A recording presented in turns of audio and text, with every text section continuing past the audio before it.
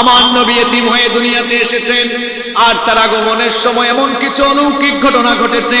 রাসূলের মা আমেনা বলছেন, যখন আমার ঘরে শিশু মুহাম্মদুর রাসূলুল্লাহ, আমরা বলি সাল্লাল্লাহু আলাইহি ওয়াসাল্লামের জন্ম হলো, আমি নজর করে দেখলাম একটা আলো আমার পুরো ঘরটাকে আলোকিত করে দিয়েছে। নবীজির জন্মের সময় এমন হয়েছে, রাসূলের মা আমেনা বলছেন, আমি নজর করে দেখলাম একটা নূর দেখলাম, যে নূরের মাধ্যমে আমি লক্ষ্য করে দেখলাম একেবারে ওই নূর সিরিয়া গুনাহগার যারা, জাহান্নামী যারা, মৃত্যুকালীন সময়ে তাদের অবস্থা কেমন হবে হাদিস শরীফের মধ্যে নবীজি সব বলে গিয়েছে। আজান হয়ে গেলে কিছু মানুষ নামাজে যায় না, এরকম আছে না নাই? নামাজের খবর নাই, সারাদিন মিথ্যা বলে বলে জবানটা নাপাক করে ফেলেছে। গীবত করতে করতে, চুগলখুরি করতে করতে নিজের জবানটাকে নাপাক করে ফেলেছে।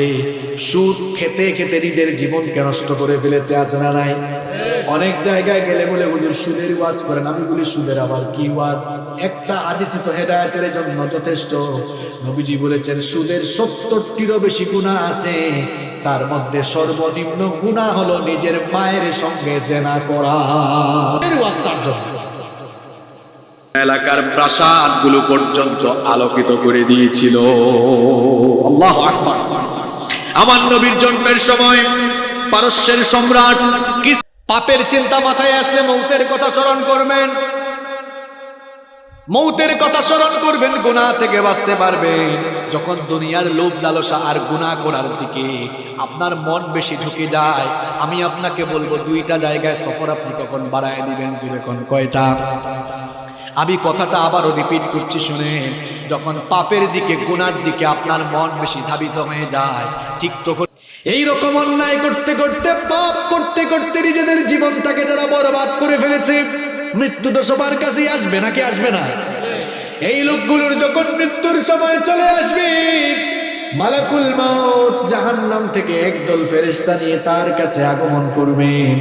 তার কাছে আগমন করে মালাকুল মউত বলবেন, ইয়া আইয়াতুহান নাফসুল খাবিথা, হে অপবিত্র আত্মা, পাপিষ্ঠ আত্মা, উখরুজি ইলা সাখাতিন মিনাল্লাহি ওয়া গযব, আল্লাহর অসন্তুষ্টি আর আল্লাহর গজবের উদ্দেশ্যে বের হয়ে আসো। এই কথা বলার পর ফাতাফাররাকা ফি জাসাদি, ওই গুনাহগার পাপিষ্ঠ জাহান্নামে লোকটার শরীরটা চূর্ণ বিচূর্ণ হয়ে যেতে থাকে। মালাকুল মউতকে যখন পাপিষ্ঠগুলো মালাকুল মউতের ভয়ঙ্কর চেহারা যখন দেখবে, চক্ষুগুলো মোটা হয়ে যাবে। দেখবেন মানুষ, কিছু মানুষ যখন মারা যায় চক্ষুগুলো কেমন মোটা করে ফেলে। মালাকুল মউত যখন ভয়ঙ্কর চেহারা নিয়ে তার সামনে আসবে, পুরো শরীরে কম্পন শুরু হয়ে যাবে, পুরো শরীরটা নড়ে চড়ে উঠবে, চূর্ণ বিচূর্ণ হয়ে যেতে থাকবে। মালাকুল মউত তার রূহটা কবজের জন্য যখন পায়ের কাছে গিয়ে চাপ মারবে, লোকটার এমন যন্ত্রণা কষ্ট অনুভব হবে, সারা দুনিয়ার সমস্ত পাহাড় দিয়ে তাকে চাপলেও এত কষ্ট তার লাগবে না। মালাকুল মউত তাকে এমন ভাবে কষ্ট দেওয়া শুরু করবে। আপনি দুইটা জায়গায় সফর করবেন, একটা জায়গা হসপিটাল, 2 নাম্বার জায়গা কবরস্থান। হসপিটালে যাবেন, গিয়ে দেখবেন আপনার মতো কত দুনিয়াওয়ালা, কত টাকাওয়ালা, পয়সাওয়ালা লোকেরা, কোটি কোটি টাকা আছে, তাও আইসিইউতে তারা সামান্য একটা দিন আরামে থাকার জন্য হাহাকার করছে, আছে না নাই? যে কালো টাকার জন্য, অবৈধ টাকার জন্য অন্যায় করছেন, গুনাহ করছেন, হসপিটাল গিয়ে দেখেন কত মানুষের টাকা তারে বাঁচাইতে পারে। একটু পর পর আইসিইউ থেকে লাশ বের হচ্ছে।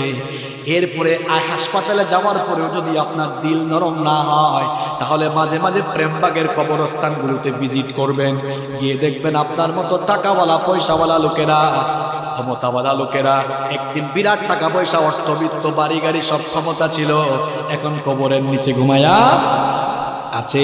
আমরা মনে করি আমাদের বউ আপন, আমরা মনে করি ছেলে মেয়ে আপন।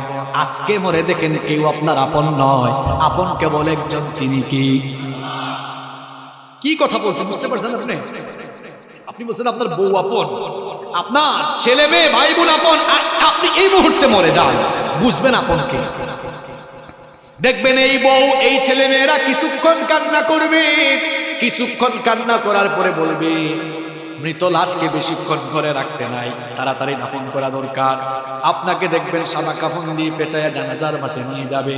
যে ছেলে মেয়েদের জন্য, দেখেন একটু আগেই বলেছি কেউ আপন না, এই ছেলে মেয়েদের জন্য বাড়ি গাড়ি করার জন্য, প্রপার্টি করার জন্য, সম্পত্তি